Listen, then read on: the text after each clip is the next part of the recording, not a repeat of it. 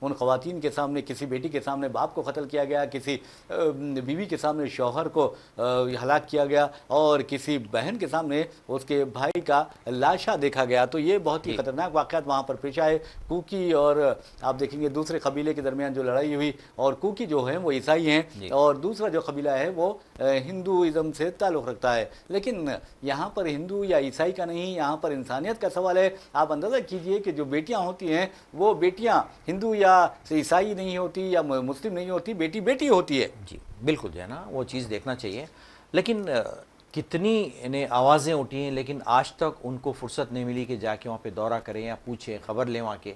کبھی بھی جو ہے نا اتنی چیخ پکار ہوئی ہے، لیکن آج تک کچھ بھی اثر نہیں ہوا ہے کہ جا کے جو ہے نا پوچھیں کہ وزیر اعظم ایک لفظ بھی بولیں اس بارے میں.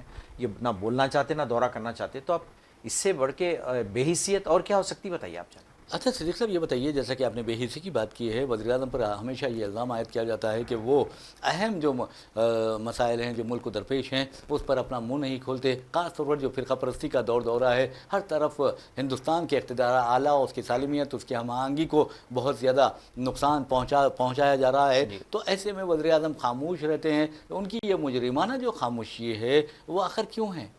انہیں خاموشی کا مطلب یہ ہے کہ آپ کر لو کچھ بھی، جو کرنا چاہے کر لو، میں اجازت دیتا ہوں. خاموشی مطلب ہے کہ نیم رضامندی ہے آپ کی. اچھا. اگر آپ میں تھوڑا سا بھی لحاظ رہتا تو آپ کھل کے بولتے تھے کہ بھی غلط ہو رہا ہے، مت کرو یہ چیزیں جو ہے نا.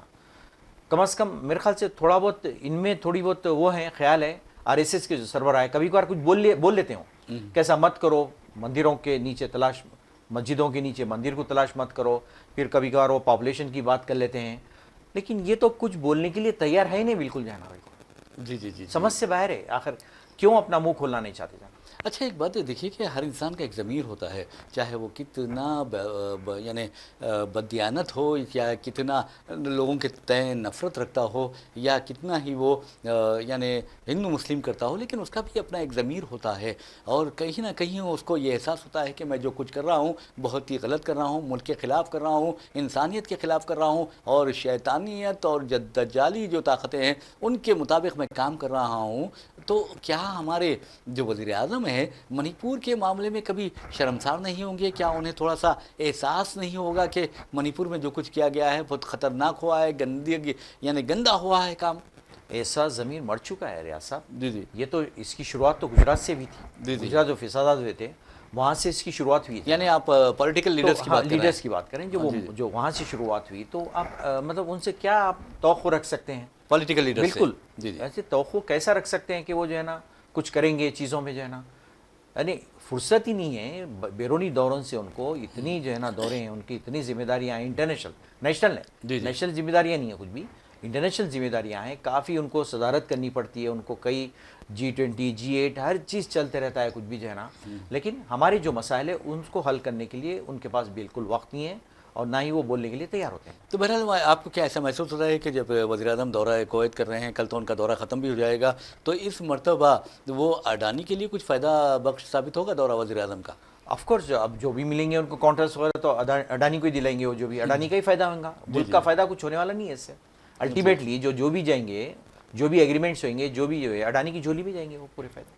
ناظرین اس طرح کے جو واقعات ہوتے ہیں میں سمجھتا ہوں کہ جو قومی ضمیر ہے اسے جاگنا چاہیے، اسے بیدار ہو جانا چاہیے، کیونکہ اس طرح کے جو سیاسی قائدین ہوتے ہیں، اور خاص طور پر جیرام رمیش نے واضح طور پر وزیر اعظم نریندر مودی کا حوالہ دیتے ہوئے یہ بات کہی ہے کہ منی پور کے عوام جو ہے وزیر اعظم کا انتظار کر رہے ہیں، لیکن وزیر اعظم بیرونی دوروں پر یا چلے جاتے ہیں اور بیرونی دوروں سے لطف اندوز ہو جاتے ہیں، اور انہیں ایک عادت سی ہو گئی ہے اگر وہ بیرونی دوروں پر نہیں جائیں گے تو پھر انہیں ایسا محسوس ہوگا کہ وہ کچھ کھو بیٹھے ہیں. بالکل.